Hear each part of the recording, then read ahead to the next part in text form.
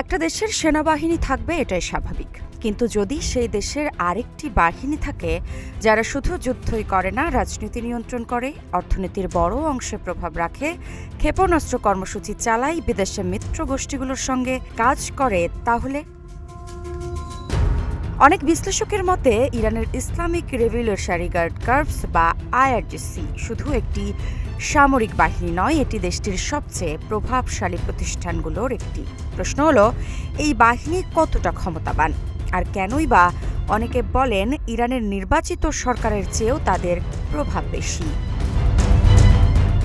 ১৯৭৯ সালের ইসলামী বিপ্লবের পর নতুন শাসন ব্যবস্থাকে রক্ষা করার জন্য গড়ে তোলা হয় আইআরজিসি। এটি সাধারণ সেনাবাহিনীর বিকল্প নয়, বরং বিপ্লব ও রাষ্ট্র ব্যবস্থার রক্ষক হিসেবে আলাদা কাঠামোতে প্রতিষ্ঠিত হয়। সবচেয়ে গুরুত্বপূর্ণ বিষয় হলো, এই বাহিনী সরাসরি ইরানের সর্বোচ্চ নেতা বা সুপ্রিম লিডারের কাছে জবাবদিহি করে, প্রেসিডেন্টের কাছে নয়। এখানেই শুরু হয় পার্থক্য।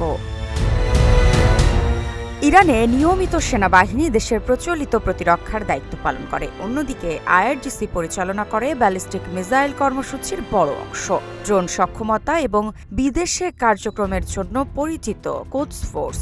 এই ইউনিট আঞ্চলিক মিত্র গোষ্ঠীগুলোর সঙ্গে সমন্বয়, প্রশিক্ষণ ও সহায়তার গুরুত্বপূর্ণ ভূমিকা রাখে।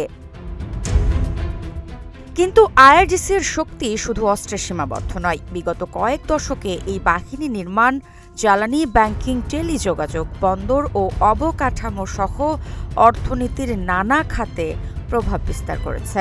গবেষণা প্রতিষ্ঠানগুলো বলছে, তাদের সঙ্গে সংশ্লিষ্ট কোম্পানিগুলো বহু সরকারি প্রকল্প বাস্তবায়ন করে, যা তাদের আর্থিক সহায়তা আরও বাড়িয়েছে।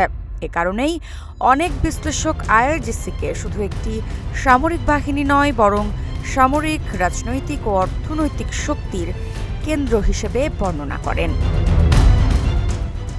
তবে এখানেই শেষ নয়।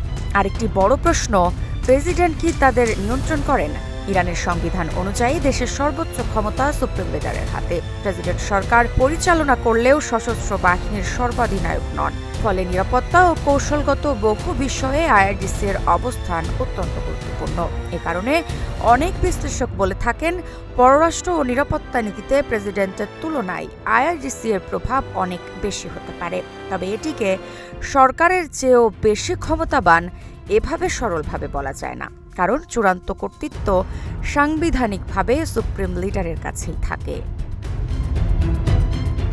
সাম্প্রতিক বছরগুলোতে সংঘাত ও নিরাপত্তা সংকটের সময় আইআরজিসি এর প্রভাব আরও বেড়েছে বলে বিভিন্ন প্রতিবেদনে উল্লেখ করা হয়েছে। বিশেষ করে যুদ্ধকালীন সিদ্ধান্ত গ্রহণে সামরিক ও নিরাপত্তা কাঠামোর ভূমিকা আরও দৃশ্যমান হয়েছে। তবে আইআরজিসিকে ঘিরে বিতর্ক কম নয়।